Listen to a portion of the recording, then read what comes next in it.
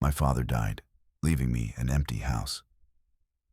A month later, my brother said, "We're selling for $200,000. I quietly agreed, but he didn't know about the safe in the basement with. My father died on a Tuesday morning. It was still early, barely past sunrise, when the call came in. I was making coffee in the kitchen, moving half asleep, when the phone buzzed. The voice on the other end was steady and professional, a nurse from the hospital. She said it softly, like she had said the same words 100 times that week. "I'm sorry to tell you, your father passed away this morning." Just like that. Clean, simple words, handing me something that would never be simple. For a few seconds, I didn't even understand what she meant. I remember asking her to repeat it. She did, a little softer, like maybe I would break the second time. My mind couldn't catch up. I kept staring at the counter where the coffee mug sat, empty.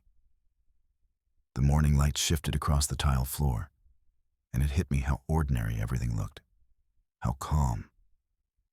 And yet, my father was gone. The most normal phone call of my life carried the end of his. I drove to the hospital anyway, though they told me I didn't need to. The drive took maybe 15 minutes, but it felt endless. I don't remember the roads, the stoplights, or even parking. What I remember is sitting in the lot, gripping the steering wheel until my hands ached. I couldn't make myself go in. Maybe it was cowardice. Maybe it was self-preservation. I never saw his body there. I only pictured it. A plain white bed, the stiff sheets, the smell of antiseptic clinging to everything. What hit me hardest later wasn't the finality. It was the silence. When we held the funeral a few days later, the church was crowded. People came from places I didn't expect. Old friends of his, neighbors we hadn't spoken to in years, even a couple men who stood in the back and left without a word. They wore dark suits, too polished for a small-town service. I noticed them because they didn't cry. They just watched quietly and slipped out before anyone asked their names. If it wasn't for grief pressing down on me, I think I would have asked. Instead, I stood there, shaking hands, saying, "Thank you for coming," like a machine. My brother, Michael, was different. He cracked jokes with some of the men, kept moving, kept busy. That's how he grieved, by pretending he wasn't. The house felt heavier after the funeral. The air inside carried all his scents still. The sharp tang of cedar from the closet where he stored his coats, a hint of aftershave that mixed with the dust, and sometimes, faintest of all, the smell of pipe tobacco, even though he hadn't smoked in years. It was like the walls themselves refused to let him go. I remember walking through the living room and seeing his recliner tilted toward the old TV. The blanket he'd always used was crumpled on the arm like he had just stood up. In the kitchen, his favorite mug, a chipped one from a diner, sat by the sink with a stain at the bottom. And upstairs, his closet was full of shirts from decades earlier, stiff with age but neatly pressed. I wanted to cry that night. I expected to, almost needed to. But instead, I just stood there breathing in the stillness. It felt like if I cried, if I broke the silence, I would admit everything had truly ended. And I wasn't ready for that. Michael was. He was always ready for the next thing. He called me one evening about a month later, his tone brisk, almost businesslike, as if we hadn't lost someone monumental. "We're selling the house," he said. "The realtor said we can get $200,000. Split down the middle, that's $100 each. I told her we'd move forward." Just like that. I sat on the edge of my bed, staring at the floor, phone pressed to my ear. I didn't argue. I didn't say no. I just whispered, "Okay." My wife leaned in from the other room, watching me, silently asking what the call was about. I waved it off. The truth? I was tired. Grief wears you out in ways you don't expect. You think it'll be about tears and sadness, but half the time it's just exhaustion. You're drained from carrying memories, from pretending to act normal at work, from the constant throb of absence in your chest. So I didn't fight Michael. He was older, practical, the one who always got his way, and I didn't have the energy to stop him. Still, a thought started to wiggle into my mind. Something small at first. The basement. Growing up, the basement felt like another world. It was always cold no matter what season it was. The air carried this earthy dampness, like the ground itself was breathing. Cobwebs in the corners, rusty tools on busted shelves. Most people avoided it, Mom included, back when she was alive. Michael said it smelled like mold and always refused to help when Dad sent us down there to fetch something. But me? I'd been curious. I liked wandering through the stacks of dusty boxes, finding strange old books or trinkets. And that's when I'd seen it. The safe. It wasn't like a box you could pick up. It was sunken into the far wall, painted the same dull gray as the concrete. Almost invisible unless you knew it was there. I stumbled onto it once when I was maybe 11, when my curiosity pulled me too far into the chaos of shelves and nails. It had a dial in the middle, numbers barely scratched. I remember running my fingers across the cold steel. Dad found me that day, and his reaction burned into my memory. He wasn't just mad. He was scared. His voice dropped low, and he leaned close, his face inches from mine. "Don't ever touch that again. Do you hear me? Don't go near it." It was one of the only times in my childhood I saw fear in him. He was usually composed, steady. But not then. That moment told me more than any words. I never went near it again, until now. The memory came back sharp when Michael mentioned selling. I hung up the phone and sat there thinking, what if Dad never intended for that safe to be found? What if whatever's inside is about him, not about money or documents, but about his real life, the one he never showed us? Michael didn't care about secrets. He only cared about price tags. If he knew about it, he'd crack it open, pawn whatever he could, and never consider its meaning. So that night, when the house was empty, I drove over. My hands shook as I put the key into the door. The creak of the hinges echoed through the empty hallway, and suddenly every shadow felt alive.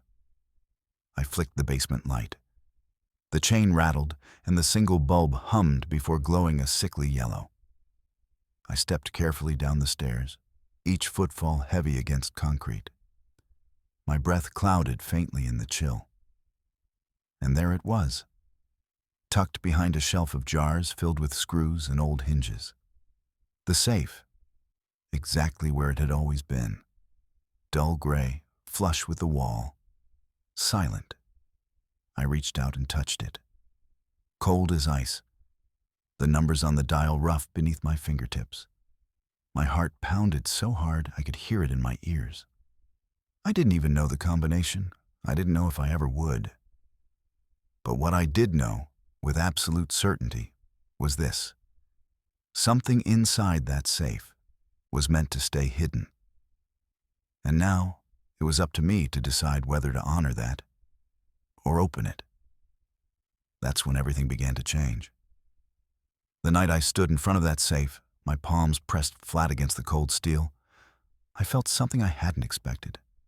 Fear. Not just curiosity, not only grief, but pure thudding fear.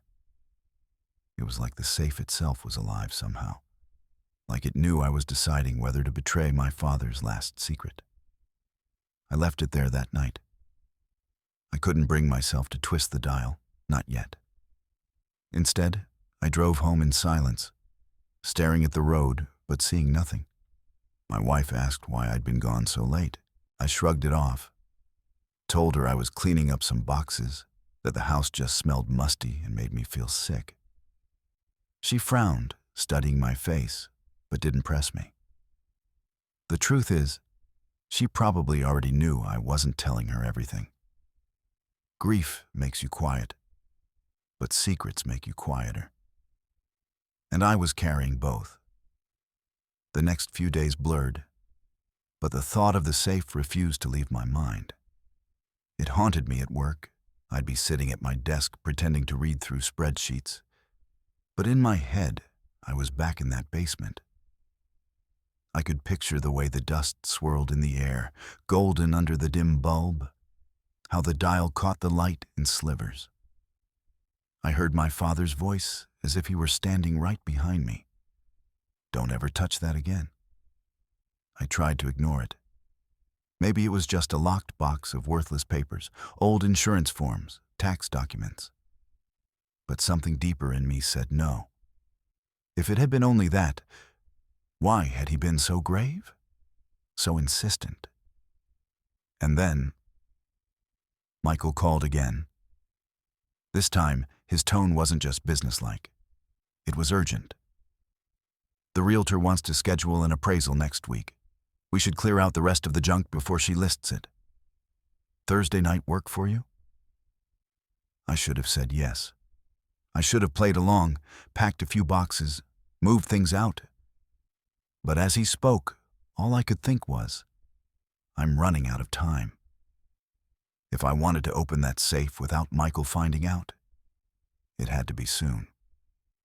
Yeah, Thursday's fine, I muttered, though my mind was already racing. He didn't need to know I'd be there earlier. He didn't need to know I was already planning it. That night after his call, I lay awake next to my wife. She breathed softly in her sleep, but my eyes wouldn't close. Instead, I sorted through every memory of my father that might hold a clue. Every detail he'd ever said or done that could hint at numbers, a code, a date, anything. With every passing hour, it felt less like curiosity and more like an obligation. It was as if the secret wanted to be opened. The next day, I went back. Alone. The house was darker than usual, as if the summer light outside couldn't penetrate the curtains. The air felt stuffier, heavier. By the time I reached the basement door, my shirt stuck damp against my back with sweat, though the house itself was cool. I pulled the string for the bulb again, the familiar weak glow spilling across the floor. Dust stirred under my steps. The safe stared back at me, unmoving, indifferent. I tried the dial. It turned smoothly, too smoothly, without even the faintest hitch. I had no combination, of course, so I stopped. Instead, I crouched closer, running my fingers along the edge of the metal. My nails scraped faint grooves, too even to be random. I sat back on my heels, thinking. Birthdays? Anniversaries? My father was a private man, but even private men sometimes cling to personal numbers. I whispered to myself, cycling through them. His birthday, mine, Michael's. The day Mom had passed, each possibility clawed at me, asking to be tested. But I knew I couldn't crack this alone, not without hours, maybe weeks, of trying every combination. And that's when it hit me. Maybe somebody else could. I didn't want to involve anyone. The fewer people who knew, the better. But I remembered an old friend from high school, Aaron, who'd worked as a locksmith. We'd lost touch years ago, but I still had his number buried in my phone. I sat there in the basement, my thumb hovering over the screen, debating. If I called him, it meant admitting something was worth hiding from Michael. I didn't call, yet. Instead, I kept searching the room. That's when I noticed something I hadn't before. On the wooden shelf leaning against the safe wall, one of the jars of screws had a marking, tiny, almost invisible. Scratched into the glass near the bottom lip were faint digits. 711. My heart leapt. 7/11. July 11th. My parents' anniversary. How had I not thought of it sooner? I twisted the dial with trembling hands. Left, right, left. 7/11. My breath caught as I turned, listening to the faint clicks. Nothing. I tried again. Again, nothing. The numbers were right there, but maybe I was missing part of it. A year? 4 digits instead of 2? My hands shook more violently as I adjusted the dial. 7/11, 1973. The year they'd married. Still nothing. I leaned my head back against the damp wall and closed my eyes. The chill of the cement pressed into my skull. For a moment, I felt 10 years old again, scolded in that same room. But then I realized Thursday was only 2 days away. Michael would be here. And if he found me fiddling with his safe, he'd demand answers. For the first time, I felt pressure.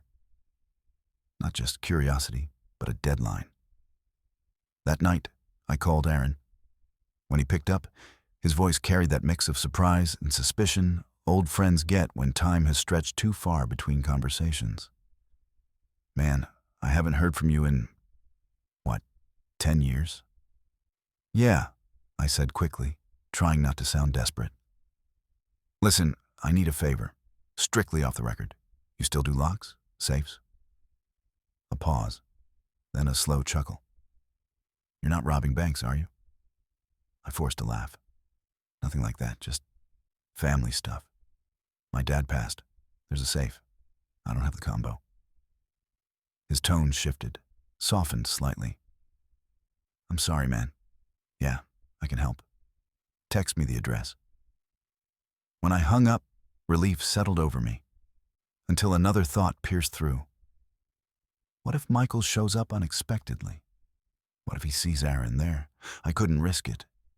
This wasn't about trust. It was about survival of a secret. So I planned it for Wednesday night.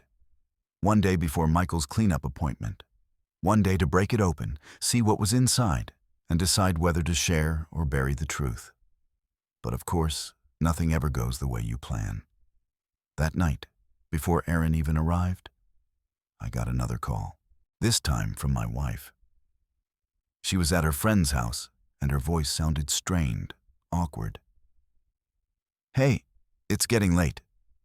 Can you come pick me up? Her tone caught me off guard. She could have called a cab. She could have waited for a ride.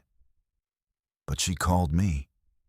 Something about the way she asked made my skin prickle. Like there was more under the surface. Like she didn't want me to know where she really was. And just like that, the safe wasn't my only secret anymore. Something was shifting in the shadows of my life. But I didn't understand then how the two were about to collide. How the safe in the basement and the secrets in my marriage were tied closer than I could have imagined. Wednesday night. I remember the sky was heavy with clouds, the kind that promise rain but never deliver it. The street was quiet, almost too quiet, as I pulled up in front of my dad's house.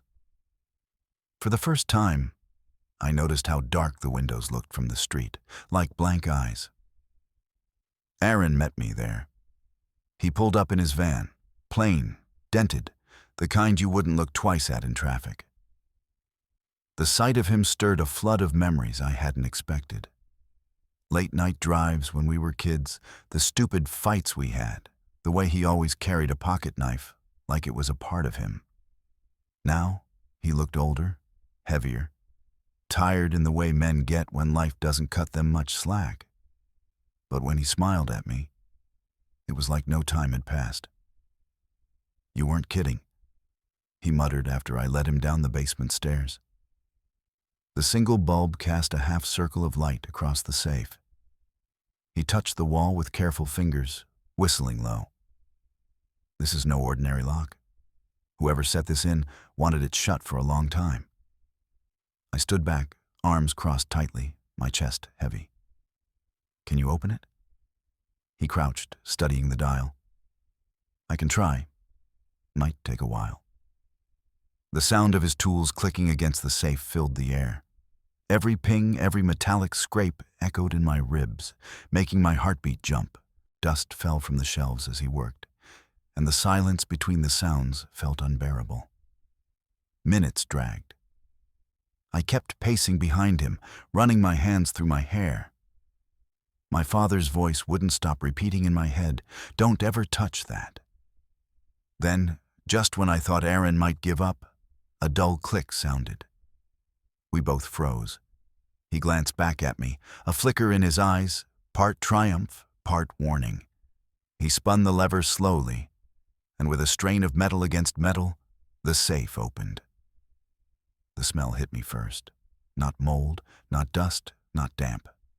Paper. Old paper, the kind that carries decades of musty history.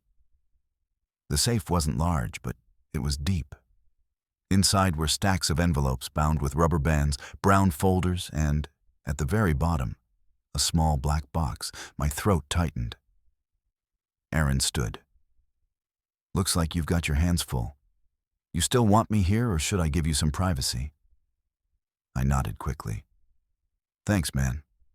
I've got it from here." He gave me one last look, the kind friends give when they want to ask, but know they shouldn't. And then he left, leaving me alone with it. I knelt down, my fingers trembling, as I pulled the first envelope free. My name was on it. My full name, written in my father's sharp, bold handwriting, the way he always filled out checks. Inside were letters, dozens of them, all addressed to me, all unopened. I tore one open. The ink was faded but clear. My father's words spilled across the page, not cold, not stern, like he'd always been in life, but warm, confessional, almost desperate. He wrote about secrets he had kept from us his whole life, choices he made before Michael and I were even born. He wrote about enemies, about debts, about people he had trusted and who had betrayed him. He wrote that he didn't want us to carry the burden he had carried, that he'd hidden it all away so we could live free of it. And then I read the line that made my chest collapse. "If you are reading this, then it means I'm gone, and there is something else you need to know. Michael is not your brother." I froze. The letters slipped from my hands and scattered on the concrete floor. The words blurred as my eyes stung. Not my brother. The boy I'd grown up fighting with, sharing food with, grieving alongside.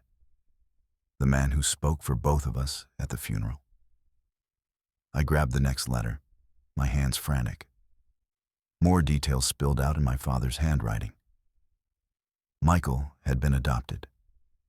Dad had taken him in under circumstances that were complicated. He never told Michael, and he never told me. The truth was buried under signatures and sealed records. I sat there on the basement floor, my chest heaving, my entire life suddenly rearranging itself. My brother wasn't my brother. One of the foundations of my life, my family, wasn't even what I'd thought it was. And yet, the more I read, the more I realized this safe wasn't just about Michael's secret. It carried mine too. Because in that small black box at the bottom, beneath the letters, were photographs. I lifted the lid. My knees buckled. Photographs of my wife, taken years before I met her. And she wasn't alone in them. She was with Michael. My head spun. My chest ached. I tried to breathe, but the air felt too thin. It had to be a mistake. The girl in the photos looked younger, her hair longer, her clothes from another decade. And yet, it was her smile, her eyes, her unmistakable way of tilting her head. Photographs showed them together at diners, at fairs, even one that looked like the very living room of the house I was standing in. Michael and my wife, together, long before me. and my father knew. He had kept the evidence, hidden it away. Maybe he thought someday I'd need to know. Maybe he wanted to protect me. Or maybe, like so much else, he was waiting for it to come exploding out. I collapsed against the wall, my mind spiraling. Images of my entire life shuffled and reassembled themselves like a cruel deck of cards. My father's sternness, Michael's distance, my wife's occasional phone calls that never quite added up. Thursday wasn't just about cleaning out a house anymore. It was about whether I could stomach walking into the same room as them again. And yet, I knew I had to.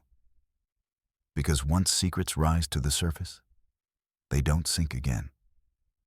Thursday came heavier than any day before it. The sky was split with gray clouds, and the air smelled sharp, like rain was pressing in from somewhere far off. I hadn't slept the night before. The letters from my father and the photographs lay across my kitchen table like evidence in some twisted trial. And every time I closed my eyes, I saw them. Michael's face, my wife's smile. The words scrawled in my father's precise, unshakable handwriting. Michael is not your brother. I debated not going. I debated packing the letters back into the box, burying them in the attic of my own house, and pretending none of it had ever existed. I could have gone on pretending Michael was my brother, pretending my marriage wasn't haunted by another past. But something inside me refused.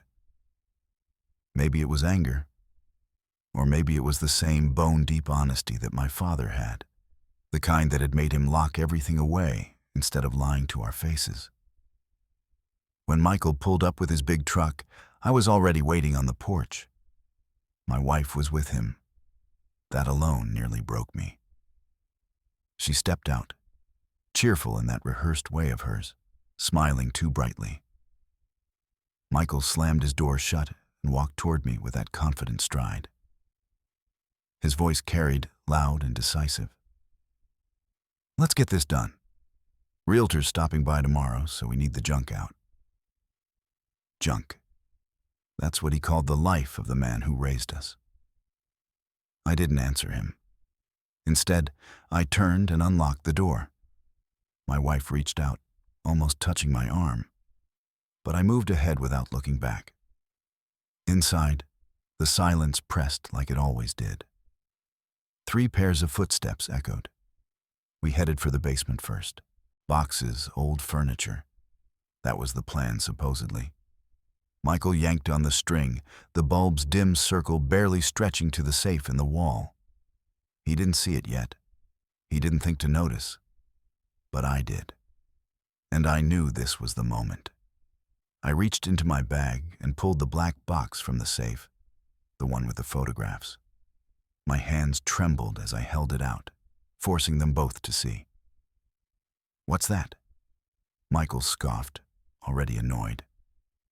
I opened it and let the photos spill onto the floor like a deck of cursed cards. Their faces froze as they looked down. My wife's smile stared back up at us from 20 years earlier, Michael beside her, his arm looped casually around her shoulders. The silence stretched too long. I could hear my own breath ragged in the stillness. Finally, Michael barked, "Where did you get these?" My voice cracked, but I forced it steady. From Dad's safe. The same safe he swore me not to touch. The one he hid, because of people like you. My wife whispered my name, a desperate plea, but I couldn't even look at her. You lied to me, I said, my voice shaking. Both of you. All these years. You pretended like you'd never even known each other before. And Dad knew. He kept the truth locked away until after he died. Why? Michael's jaw clenched. He bent down, clutching one of the photographs in his hands, his knuckles white around the edges. Because it didn't matter, he muttered. It was years ago. You weren't even in the picture yet. It was ancient history. Ancient history doesn't end up in a safe hidden behind a wall. I shot back. My wife finally spoke louder, her voice breaking into tears.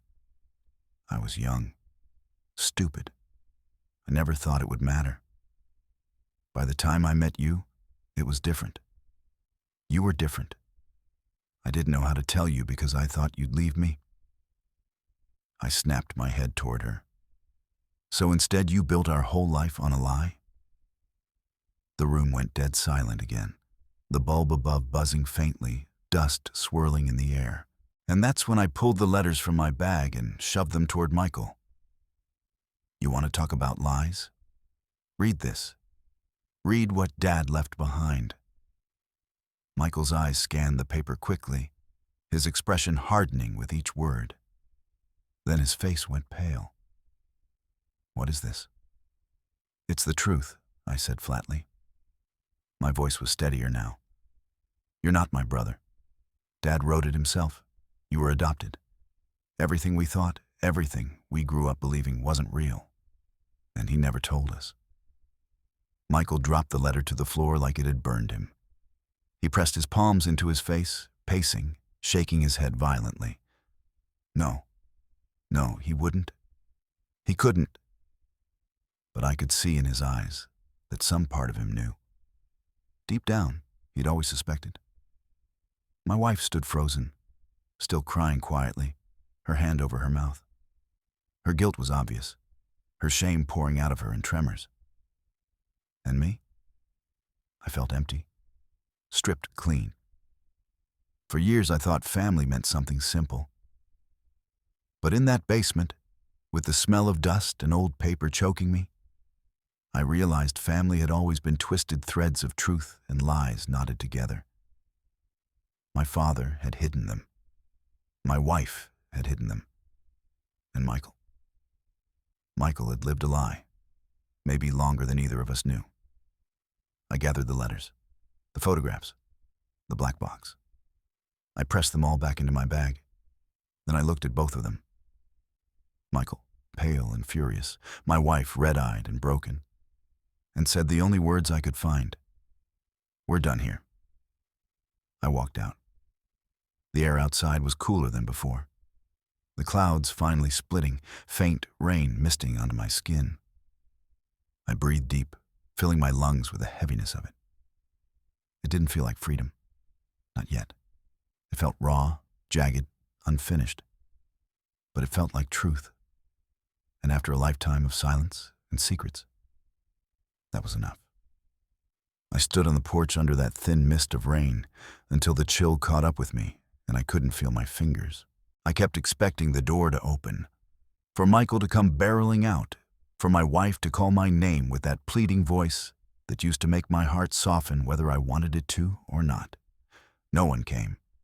The house stayed quiet behind me, heavy and sealed like a mouth that didn't want to tell the next part. I walked to my truck because I didn't know what else to do. The world felt both too close and too far away.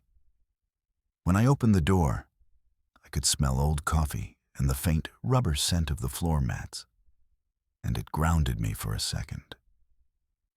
I sat behind the wheel, hands useless in my lap, and stared through the windshield as rain braided itself down the glass in thin, broken lines. It wasn't enough rain to clean anything, just enough to make dirt into a smear. I didn't start the engine. I didn't know where I'd go. There's a kind of stunned quiet that follows a blast, and that's where I was. Aware of my name, aware of what day it was, aware that there were sidewalks and stores and people living ordinary lives all around me, but unable to pick any of it up. The letters lay in the passenger seat inside the black box.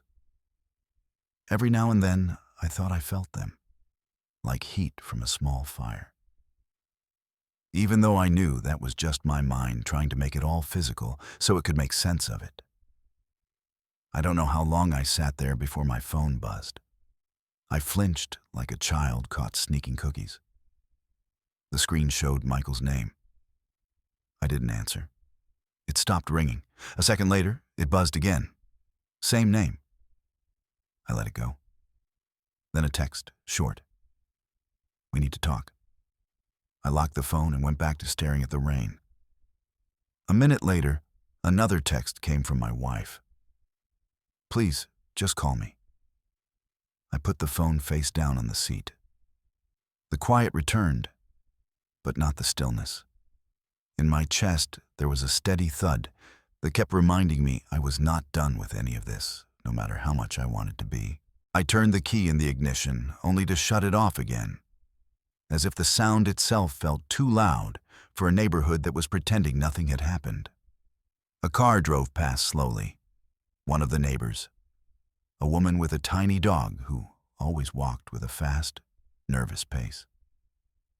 She glanced at me the way people do when they recognize someone who belongs to a house they don't. Half curiosity, half polite distance.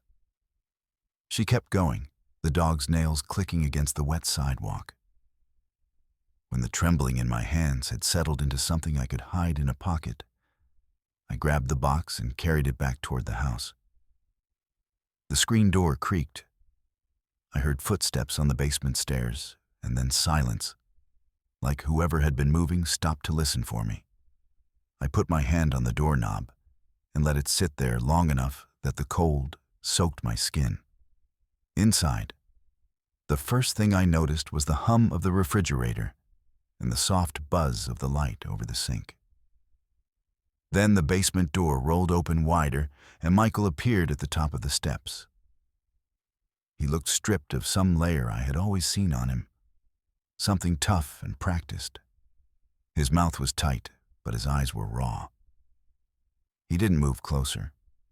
He just stood there with one hand on the frame and said my name like it was both a question and a warning. I held up the box a few inches, just enough so he knew I hadn't left it in my truck. He gave the smallest nod. He looked toward the front door and back again, like he was making sure the world stayed small enough for what was about to happen. My wife stepped into view behind him. Her face was blotchy and soft, the kind that comes after crying for a while and then trying to be done. She didn't try to touch me this time. We can't do this in the basement, I said. Not down there. Michael stood aside, and I moved past them toward the dining table. The air in the house smelled like wet concrete and paper. I set the box down and pulled out a chair. No one sat until I did. It felt like we were kids again, and there was some unspoken rule about chairs and who moved first. Michael took the chair to my left. My wife sat across from me, hands together on the table, wedding band catching the light in a way I couldn't bear to look at.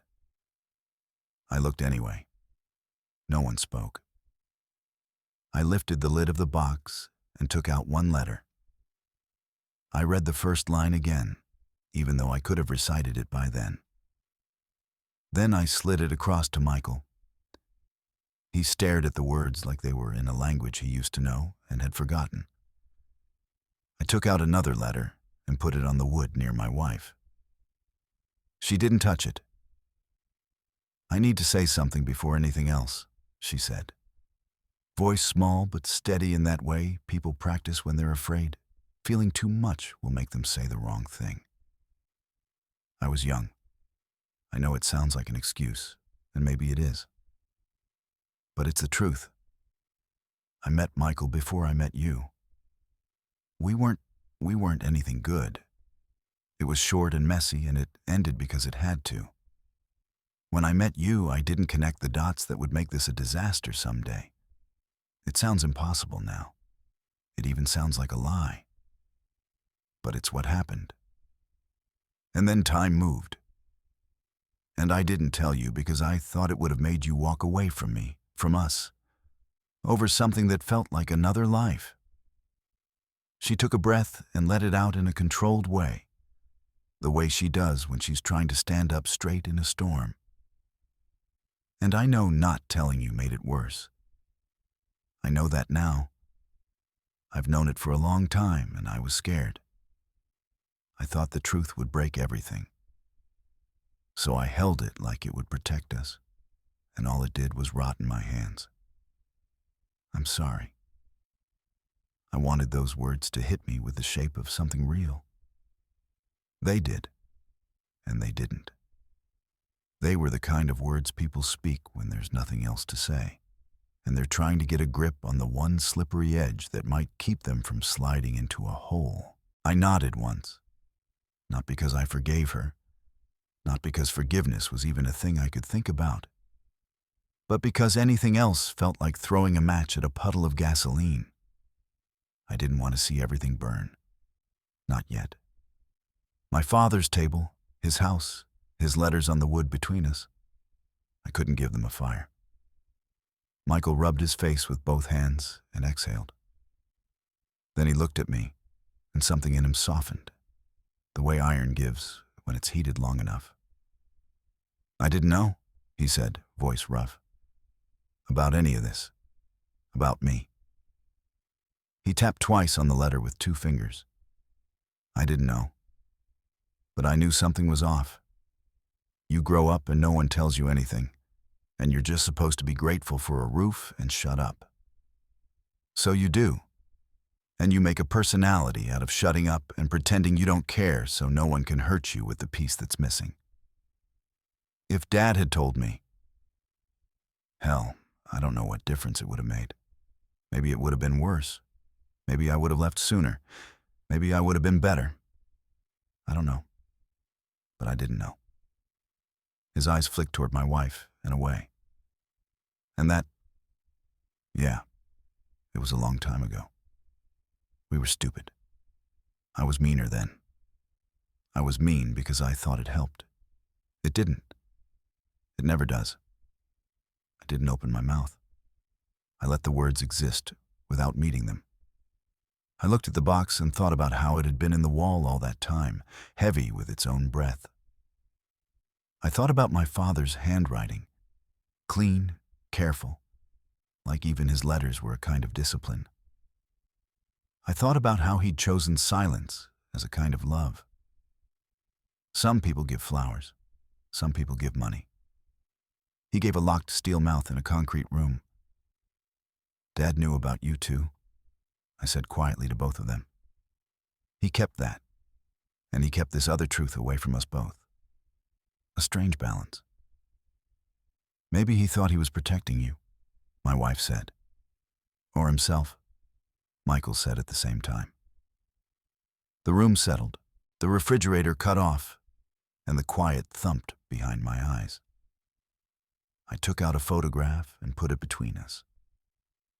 It was the one in our living room, the old couch with the pattern my mother loved and my father tolerated. In the photo, my wife, before she was my wife, sat with one leg tucked under her. Michael was turned toward her, saying something. She was not looking at him. She was looking at something outside the frame, the window maybe, or my father behind the camera. I felt a snap inside me that wasn't anger or jealousy, but the clean break of understanding. She was always looking at something I couldn't see, even then. We all were. "I'm not going to yell," I said. "I'm not going to kick anyone out. Not today. I don't think I could make my body do those motions and keep my head attached. But I'm not going to pretend this wasn't a bomb. It was. And now the shrapnel is in everything." No one argued. "We still need to decide what to do about the house," I said. "Because even after explosions, there are bills and locks and keys and a realtor who will show up whether you're crying or not. And about Dad's things. And the safe." Michael's mouth twitched. "There's more?" "There's always more," I said. And I didn't mean it as a threat. I meant it like the world has layers and none of us ever reach the bedrock. I pulled another folder from the box and slid it open. Inside were copies of names and numbers and a map of sorts. Not a map with roads, but a map of people. Arrows, notes in the margins, small circles around some names with a star. My father's handwriting again. Next to one circled name was a word underlined twice. "Don't trust." I pointed to the word. He wrote this about someone, maybe more than one. I think it's about the men at the funeral, the ones in suits who didn't stay. Michael leaned in. I saw them too, he said. They knew him. They didn't want to be known.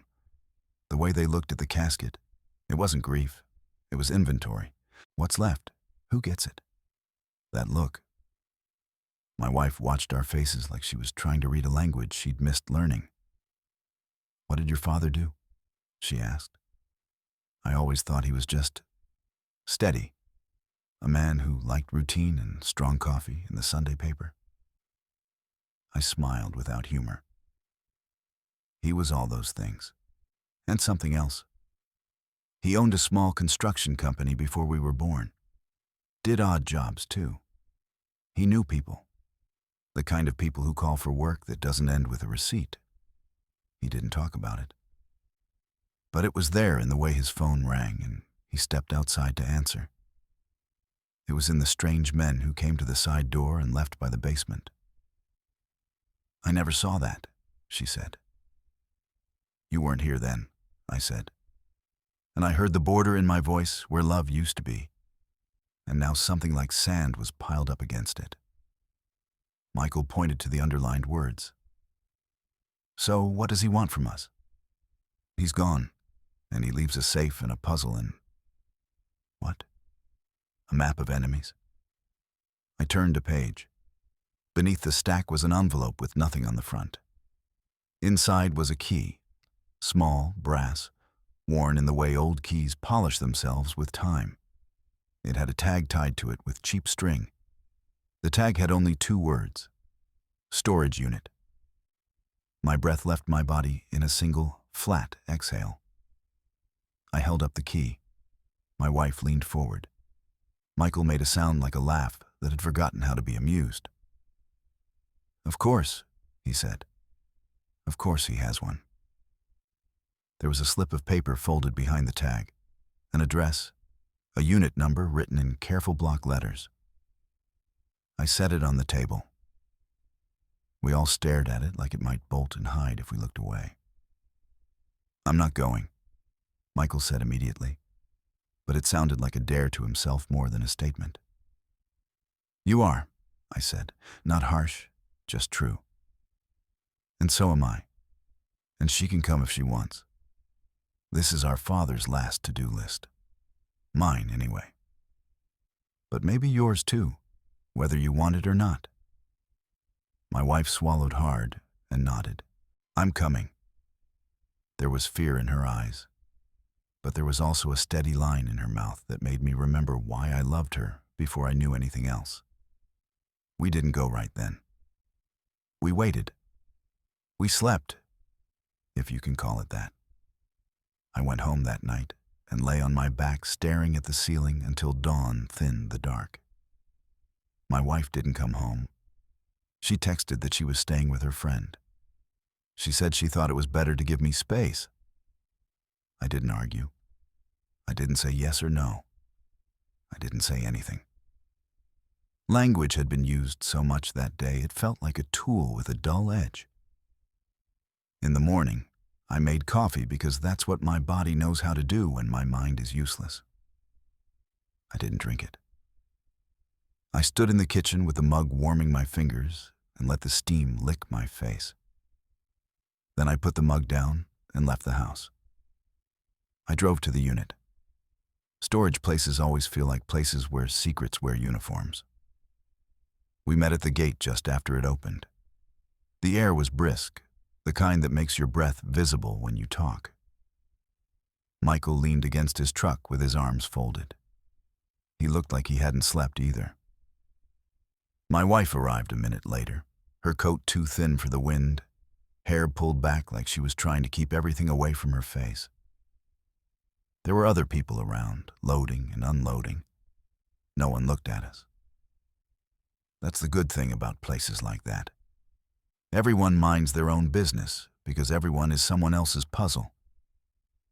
We walked to the unit together without speaking. The numbers painted on the doors marched in a tidy military line.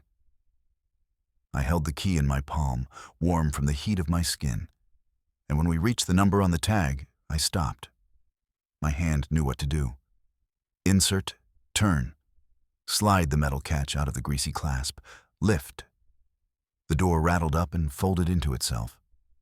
Inside, darkness and the cold breath of concrete. I found the light pull and tugged it. A single bulb flicked on with lazy reluctance. What it revealed wasn't dramatic. No stacks of shiny boxes, no neat rows of labeled bins. Just a mess that somehow had shape to it. A workbench against the back wall, milk crates, 3 wooden chests with metal corners, a coat rack holding 2 tired jackets. A small metal filing cabinet with a dent in the side like a fist had met it a long time ago. Michael let out that almost laugh again. "He moved the basement here," he said. We stepped inside. The sound changed, muffled by corrugated steel. I breathed in dust and oil and a ghost of old tobacco that had hung onto fabric longer than it had a right to.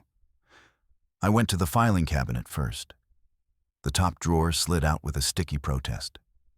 Inside were folders with names. The names from the map, written on tabs in that same precise hand. I flipped through. Notes clipped to pages. Receipts with parts blacked out with a marker. A list of dates in tidy columns and a question mark next to 2 of them. I didn't know the story these pages told, but I knew the tone. It was a ledger kept by a man who didn't trust anyone else to keep one. Michael opened one of the wooden chests. It held tools, old but well cared for. Wrenches, a drill, a heavy hammer with a handle that had molded to a familiar grip. Underneath the tools, wrapped in cloth, were things that made my stomach drop and then settle with relief when I realized they were imitation, props, or pieces of whatever my father had been working on that he didn't want to advertise. Plates for stamps, but not legal ones. I closed the lid gently and rested my hand on the wood, like an apology to a man who couldn't hear it. "Look," my wife said softly. She'd gone to the coat rack. In the pocket of one jacket, she'd found a small notebook. She handed it to me like she was passing something fragile across a chasm. I opened it. Inside were short entries, mostly 1 or 2 lines, each dated and neat. Most began with simple words. Met with, called, deliver to. Then there were lines that had weight. Don't trust, he cried. She knows. Too late. Those 2 words, too late, appeared more than once. The last entry was a single line. I read it and felt the room tilt. He came by, asked about the boys. I lied. "Who?" Michael asked, reading over my shoulder. The name wasn't there, only that line. I flipped the page. Blank. Behind the last page, tucked into the binding, was an index card. It had an address on it, different from the one that led us here, and a name I didn't recognize. "Another key?" Michael asked, but I shook my head. "Just a place," I said. "Someone he saw, someone who asked about us." "Maybe the suits," my wife said. "Maybe," I said, "or maybe someone who had a right to ask." We went through the rest. We didn't find treasure. We found life, hidden, careful, scared in its own way. I kept thinking of my father's hands, the veins like blue ropes, the way his fingers moved when he was making something fit that didn't want to. Those hands were in every drawer. He had built this too, the secrecy, the careful boxes. He had built a way to keep us safe and then died with the plan still running. When we were done, we stood in the doorway and let the cold come in. I looked at Michael and then at my wife, and I felt something I hadn't expected to feel yet. It wasn't forgiveness. It wasn't even kindness. It was a kind of agreement. We were the ones alive. We were the ones holding the threads. We could either tangle them more or try to tie a knot somewhere and cut the rest clean. "I want to sell the house," Michael said. voice flat, eyes on the ground. I know how that sounds right now. Like I want to rush past all this. But I don't want to stand in those rooms anymore and pretend I can breathe. We can split it the way we said. I won't argue with you about numbers. I won't ask for anything extra. A wind slid down the corridor and made the metal doors rattle like teeth. I put the notebook in my pocket and nodded. We'll sell it, I said. But not until I go to this address. I lifted the index card. Michael didn't protest. He looked relieved to have a task he didn't have to invent. I'll talk to the realtor. Tell her to give us time, a week, 2 if we need it. He looked at my wife and then at me. The look held. This thing, he said, gesturing vaguely between my wife and himself, like the air had a shape. You can hit me. If that helps, I won't swing back. I didn't say anything for a second. The offer hung there with such old male logic it almost made me smile. That wasn't the thing I needed. The thing I needed was something you can't get from fists. I'm not going to hit you, I said. I'm going to go to this address, and after that, I'll decide what comes next. For the house, for the rest, for her, and for you. He nodded once. For a second, I thought he might reach out and touch my shoulder the way brothers do, because we were raised to be brothers even if paper said otherwise. He didn't. He put his hands in his pockets and stepped back. My wife looked like she was braced for a wave she couldn't see. On the drive to the address, I let the heat run too high and cracked the window anyway. Cold air slapped my cheek and made my eyes water. The address took me to a corner of town that had once been new and now wore its years with that faded stubbornness. Strip malls with signs that had lost a few letters, a laundromat that always smelled like warm lint, a diner that had changed names 3 times but kept the same stools. The address was above a small shop. Stairs led to a door with a mail slot. No name on the door. I knocked. No answer. I tried again, knuckles hard this time. I heard movement, then a pause, then moving again. The door opened a crack and a face appeared. The man behind it had hair the color of bread crust and an expression like he had been caught too many times and learned not to show it. Can I help you? He asked, voice careful. I said my father's name. The way the man's mouth moved told me I had reached the right door. He closed his eyes for a second, then opened the door wider. He didn't gesture for me to come in. He stepped aside far enough that I had to decide to cross the threshold on my own. I did. The room smelled like paper and tea. There were 3 chairs. He sat in one. I stayed standing. You his boy? He asked. Yes, I said. The word felt simple and complicated at the same time.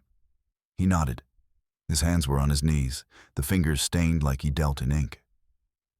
He said you might come, or the other one. He wasn't sure which. Michael, I said without meaning to say his name aloud. He's my brother. The word snagged and I let it, because I didn't owe this man a clean sentence. He said you were both his, the man said. He looked at my face and saw the question there, the wound, the letter behind my eyes. He told me not all blood is blood, not all paper is truth. He said he raised you boys. That's what he called you, boys, even when you were men. He said if anyone came asking questions, I should send them away. Then he changed his mind. He changed a lot of things, I said. What do you know? The man didn't answer immediately. He poured tea into a chipped mug and slid it toward me. I didn't touch it. I stared at the steam and waited. He came to me the week before he didn't finish. He tapped 2 fingers on his knee. Said he didn't have much time. Said there were men circling, said he had decided the only way to keep you from getting hurt was to keep you ignorant. And then he laughed and said, ignorance never saved anybody, just made them turn their ankles when the ground dropped. He left a safe, I said. He left letters. The man nodded. And he left me this. He reached into a drawer and took out an envelope. It had my name written on it in my father's hand. Seeing it again made my lungs fold. The man held it out to me. He said to give it only if your face looked like it needed it. Does it? I asked. Yes, he said with no malice. I took the envelope and didn't open it. I slipped it into my jacket and felt its flat weight like a second heart. What's in it? I asked, because part of me still preferred someone else's voice to my own inner noise. A story, he said. Not all of it. He never gave all of anything, but enough. He told me to tell you that he made choices that seemed brave when he was young and foolish when he was old. He said the only thing he would change was the order of which truths he told. I found out about Michael, I said, and about my wife. The man's face didn't move. Maybe my father had told him even that. Maybe nothing I said would be new in this small room. He thought the two of you would be strong enough to stand, he said. I don't know about strong, I said. Standing is different. He looked at the window and then back at me. He paid me to keep a key, not like the one you used to open the unit. A different kind, the kind that opens a person. He lifted his hand and then set it down again. He told me to destroy it the day he died. I didn't. He would be upset to know that. Or maybe he knew I wouldn't and counted on it. What key? I asked. He smiled, but it wasn't a happy smile. A name. The kind that makes papers change color and records open. A name you could take to a courthouse and watch an original become a copy. It took me a second. Then I understood. Michael's. The man nodded once. I am not telling you to use it. I am telling you that your father wanted to control the day truth entered your house. He didn't get that wish. I won't play God in its place.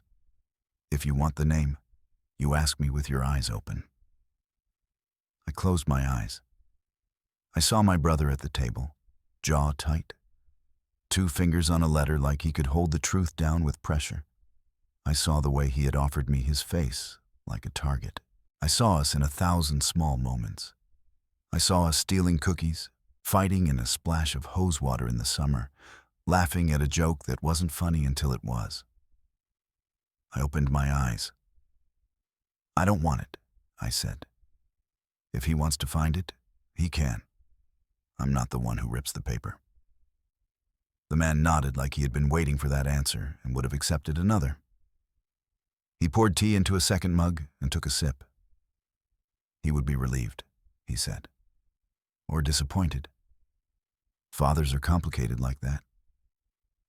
I swallowed, mouth dry. He left me this envelope. He left a unit full of pieces. He left a house to be sold and a marriage that feels like a table where one leg is shorter than the others and no one wants to admit it. He left me more work than love. The man lifted his eyebrows. Or love that looks like work, he said. And it made me angry because it sounded like something wise, and I didn't want wisdom. I wanted instructions. I stood. He didn't get up. I thanked him because my mother raised me to say those words, even when my throat didn't want to. I walked out into the stairwell and let the cold of the railing steady my hand. Outside, cars moved with that qualified purpose of late morning, neither in a hurry nor lazy. I sat in my truck and I opened the envelope. My father's handwriting again. Fewer words this time, clean. He wrote about my mother, how she had wanted a house full of boys and noise, and then gotten sick in a way that turned noise into knives.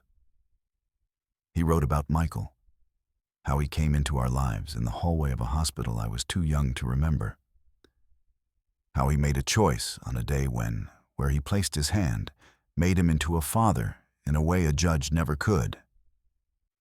He wrote that he was sorry for the silence, because silence felt like the only place he could keep us safe from the men who wanted pieces of him. He wrote that secrets turn into teeth in the dark. He wrote that he loved me. Those exact words, which he had said so few times I could count them, so seeing them made my eyes blur. He wrote that if I ever faced a day where my house felt like a lie, I should open the windows and let the air in. He wrote that if I ever faced a day where I was tempted to swing at the person I loved, I should go outside and hit a tree. He wrote that trees can take it. He wrote that I should forgive as much as I could, without lying to myself about what was broken. He wrote that he didn't know if he was asking too much. He wrote that it wasn't my job to finish his stories. It was my job to live mine. The letter ended with a line that was so like him, it made me laugh through tears. He wrote, "The safe isn't the secret. It's just a door. Don't build your life in a doorway." I folded the paper back into itself and rested my forehead against the steering wheel. When I had breath again, I drove home. The house felt different already, as if the letters I had put on the table had knocked something loose in the walls. I collected them. I put them back in the box. I placed the box in the hall closet where my mother used to keep winter scarves. Then I sat on the couch and waited. My wife came home before sunset. She took off her shoes quietly and stood in the entryway like a visitor. I looked at her hands. She wiggled her fingers like she wanted to show me they were empty. "I went to see someone," I said. "I figured," she said. "You looked like you were going to follow a thread." "He gave me an envelope from my father." I told her what it said. Not all of it. Enough. She listened with her head tilted in that way of hers. When I finished, she wiped under her eyes and nodded like I had given her directions she didn't like, but would follow to get to a place we both needed to be. "I want to stay," she said. "But I won't if staying means we have to pretend. I can't do pretend anymore." She stepped closer one step, then stopped and waited. "You haven't asked me for details about, me and him." She flinched when she said it, and I hated that I made her flinch even if I had not said a word. "I don't want details," I said. "Not because I want to avoid pain, because pain is not a meal I'll keep eating if it doesn't feed anything. I need to know if you are here without shadows." She let out a breath that was almost a sob. "I am here," she said. "I am here without shadows, except the ones you put on me when you look at me and remember a photograph. I can't fix that for you. I can only be here long enough for the picture in your head to be replaced by one you see with your eyes." "Okay," I said. The word was not forgiveness. It was a space between things. For a while, that's how it went. Days with slow, careful steps. I met the realtor. I walked through my father's rooms and chose which pieces would go to who and which would go to no one. I found my mother's recipe box and took it home. I found a toolbox my father had rebuilt twice and gave it to Michael. He took it in both hands, like a boy who had been given a sword. He and I stood shoulder to shoulder in the garage and said nothing. It was a comfortable silence for once, like standing at a pond with stones in your pockets and no need to throw them. One afternoon, the two men in suits came back. They stood on the porch and rang the bell. I pulled the door open, and the older one smiled with thin lips that didn't lift his eyes. He said my father's name and then mine. He never said who he was, because men like that think their questions are their introductions. "We're handling some of your father's affairs," he said. "We wondered if he left any documents you haven't filed yet." "He left a safe," I said. I opened it. Inside were letters to me. I held his eyes. None of them were to you. The younger man shifted his weight. The older man's smile got even thinner, like a line drawn with a dull pencil. Sometimes men of his business have obligations that extend beyond family. Sometimes men who think they have obligations discover their obligation was a man making sure his sons didn't have to carry any more than they already do, I said. The man's eyes hardened like frost. He reached into his coat and then thought better of it and put his hand back at his side. "If any documents surface, any at all, we would appreciate a call." "If any documents surface that belong to you," I said, "you'll know because you will have them." "Is that a threat?" he asked, soft. "It's a period," I said. They left. I watched their car until it turned the corner. Then I closed the door and leaned my back against it. Heart a drum. Later I told Michael, and he laughed the way he always had when something scared him and made him feel big at the same time. He said he'd keep his phone close. He said he wasn't worried. He said he was absolutely, definitely not worried. When the house finally went on the market, it looked like a stranger wearing my father's suit. Fresh paint, staged furniture, the smell's gone, replaced by something crisp and fake like a catalog. People walked through and said things like, "Good bones," and "lots of light." I followed them with my eyes, wondering if they could feel anything I left behind by accident. A scuff on the banister where I kept my hand, a mark under the window where the couch had been, the place in the kitchen where sunlight always made dust look like gold. The offer came quickly. The number they sent over was more than what Michael had said at first, a fact that made him look at me with a mix of joy and apology, as if the house had made a joke at his expense and he liked it anyway. We signed. The pen felt heavier than it should. Papers slid into folders with slick efficiency. The realtor smiled with all 28 of her teeth. She shook our hands and gave us a small plant, as if handing us a living thing would make the loss feel less like a subtraction. When the check cleared, I moved half into a separate account without telling anyone. Not because I planned to run, because I needed a number that was mine for a while when so many other numbers had been my father's. I told my wife I had done it. She nodded like, "Yes, of course, that makes sense." Michael told me to buy something stupid and large. I bought nothing. I paid off bills and sat with the quiet of it, like sitting with an old friend. The absence of debt had a sound. It was like the moment after a storm when you can still hear water moving in gutters and you know the sky has decided to be kind for a while. I kept my father's letter in a drawer by my bed. Some nights, I would take it out and run my thumb over the indentation his pen had made. I started to notice things my father had done that I hadn't before. Tiny repairs. Ways the corners of rooms met more cleanly than they might have if a stranger had built them. He had left me a safe and a storage unit and a map of names. Yes.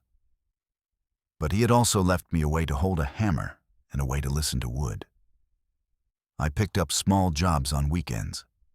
I fixed a cabinet hinge for a neighbor. I patched a hole in my own wall that had been there for so long it had become a pet. I discovered that the sound of a screw biting into wood is a kind of prayer. Michael and I started meeting every week for breakfast. Not fancy. Eggs and toast at a place where the waitress called us both honey and filled our coffee without asking. Sometimes we talked about our father, swapping stories like two people comparing maps from different cartographers. Sometimes we didn't talk about anything that mattered. We passed salt and joked about a headline. The tenderness was there, but we did it like men who don't want to spook it. My wife and I rebuilt whatever could be rebuilt. I learned that rebuilding is not the same as starting fresh. Starting fresh has edges that are clean and sharp. Rebuilding has splinters. I stopped trying to pretend I couldn't see the splinters. When they pushed into my skin, I said ouch. When she handed me tweezers, I used them. We went to a place with soft chairs and a woman who asked hard questions in a soft voice. I said things I had been swallowing for years. She said things too. We did not clean ourselves up for the talking. That felt like a small kind of courage. Sometimes I went for a walk after and punched the trunk of a tree in the park until my wrist told me to stop. The bark held on. One evening, months later, my phone rang. The screen said Michael. I answered and heard nothing at first. Just a breath. Then his voice, low. "I think I found her," he said. "Who?" I asked. "My mother," he said. The word landed in the room like a bird that didn't belong, but had chosen us anyway. "I don't know if it's her, but there's a record. The name you didn't want." I didn't ask the man. I didn't ask anyone. I went to the courthouse and started with nothing but a date and a hospital. It took time. A clerk helped me. She could get in trouble if she did more than she did. She didn't. She just pointed to a hallway and a file cabinet with her eyes. I followed her eyes. "What are you going to do?" I asked. "I don't know," he said. "Part of me wants to knock on the door and ask if she ever looked at a photo of me and thought about anything other than what she lost. Part of me wants to stand across the street and wait for her to leave and see if I recognize the way she walks. Part of me wants to do nothing and keep the bruise I know instead of getting a new one." "I'll go with you," I said. The decision arrived in my mouth before I had consulted the rest of me. There was a silence that wasn't really silence, full of something animal with a slow heartbeat. "Okay," he said. "Not today, not tomorrow, but soon." We went a week later. The small house sat on a quiet street where the mailboxes looked like they'd been there since before we were born. The lawn was tidy the way tidy happens when hands do it every week, not the way it happens when someone new is trying to impress a buyer. We sat in the truck across the street and watched the door like boys on a stakeout in a movie, except the fear in our stomachs was not movie fear. It was the kind that makes your fingers tingle. "She doesn't owe me anything," Michael said suddenly, surprising us both. "No," I said, "but you owe you something." He nodded. He got out. I followed. We crossed the street. He stood on the porch and took a breath that made his shoulders rise and fall like a swimmer. Then he knocked. The door opened halfway. A woman stood there, her hair gray, her eyes a color I'd seen in a mirror. She looked at Michael first, and then me, and then back at him. And the expression on her face was a story we didn't need words for. She reached a hand toward his face and stopped it in the air, like a bird hovering.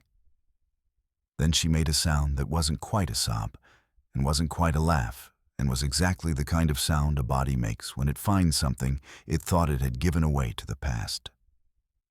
They talked. I won't put her words on this page because they weren't mine to hold.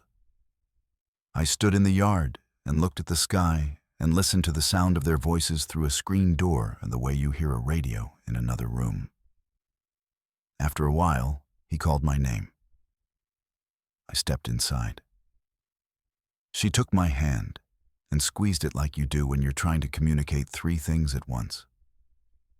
I squeezed back.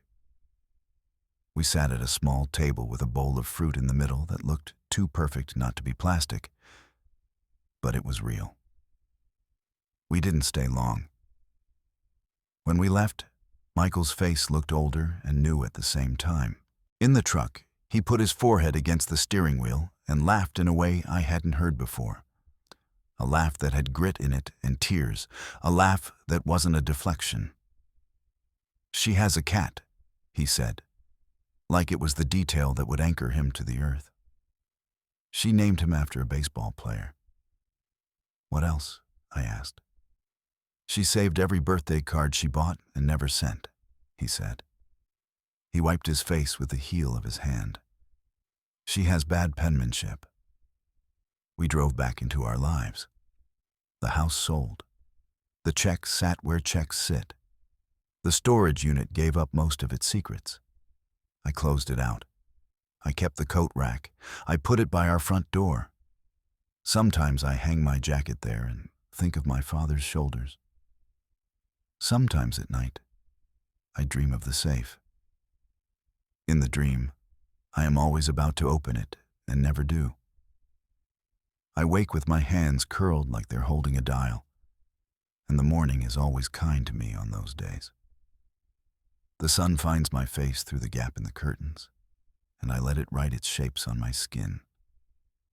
My wife sleeps next to me and snores just enough to make me feel less alone. I roll onto my side and watch her. That old photograph tries to rise sometimes. I let it. Then I let it blur until it is just shape and light. Then I blink, and it's gone. In its place is the room I have, the woman in it, the table downstairs that needs a new leg because the old one wobbles when someone leans on it, the tree outside that still has bark where my fists met it, the brother who will call me when a cat jumps onto a counter and knocks a glass down, and he needs to tell someone who already knows his laugh. I think sometimes about how I could have done this all differently. I could have kept the safe closed. I could have sold the house without touching a single envelope. I could have said the words that end things instead of the ones that made them harder. I could have taken the name from the man with the T and walked into a courthouse and turned a birth into a document that lined up in neat rows and made a story sound official. I didn't. I did a different set of things. I don't know if they were right. I only know they were mine. I keep one letter on my desk, the shortest one, the one that says the least and the most. It has 5 lines. I don't read it every day. Some days I don't want to hear my father in my head. On the days I do, I open it and trace the indent of his pen. The line I come back to says this: when the day comes that someone you love tells you something that knocks the air from your lungs, let the air go and make room for the next breath. That is all a man can do. That is all a man should do. I am trying. I get distracted. I get angry. I get quiet in ways that make people worry. I fix things around the house, and some of them stay fixed, and some of them don't, and I don't always know the difference until it's too late. I call my brother. I pick up when he calls. I sit with my wife, and we watch a show we've already seen, because it's easier to be together in a story we know than to risk a new one on nights when we can't hold much. Sometimes, when the night is very still, I go to the basement of our house. Not my father's. Mine. It smells like paint and a faint tang of cleaner that never entirely leaves a floor. I stand in the corner where there is nothing to open. I put my palm against the wall because I like the way concrete gives nothing back. I stand there a long time, long enough for my hand to warm the place it touches. Then I go upstairs and turn off the lights and go to bed. I haven't decided yet what to do with the black box. Some days I think I will burn it in the yard and watch the paper change color and then disappear into air my father told me to breathe. Some days I think I will keep it forever, a weight that reminds me what can be carried without being seen. For now, it sits in the closet beside winter scarves that haven't been needed in a while. It does not make noise. It does not move when I open the door. It keeps its silence in a way that feels less like a threat and more like a friend who knows how to sit beside you without telling you how to live. If there is a lesson, I won't name it. Names give things too much power. A man once told me that a safe is just a door. He was right. The room beyond it isn't always bigger. Sometimes it is the same size as the life you already have. And the only thing that changes is the angle of light. Sometimes that's enough. Sometimes it's everything. There are days I drive past the old house, not to haunt it, not to be haunted, but to witness the way time does its work without asking permission. There is a new car in the driveway now, a small toy scattered on the front step, a fall wreath on the door that is not the wreath my mother made. The fence looks stronger than it did, like someone cared to repair it. I slow down, then speed up. I don't want to become a ghost of my own past. On the anniversary of the day we signed the papers, I took my wife to the diner with the stools that have seen too much and still hold steady. We split a piece of pie. We didn't toast. We didn't say grand things. We said small ones. She told me the story of a woman on the bus and who fell asleep with a book open on her lap and how the page bent, and how she wanted to reach out and fix the page for a stranger and didn't. I told her the story of how the same neighbor's dog drops a ball at my feet every time I walk past, and how the dog doesn't care if I throw it badly. We held hands under the table for a minute without saying what it meant. When we left, I paid in bills and coins. The waitress called us honey. The door chimed as we pushed it open. Outside, the air had that smell it gets when the season is shifting and you can't name which way yet. We stood by the car and looked at the sky. It was nothing special. That was the special part. We went home. I hung our coats on the rack that used to be my father's. I stood there for a second and touched the wood. Then I turned off the light. The house settled around us. The night did what nights do. We slept.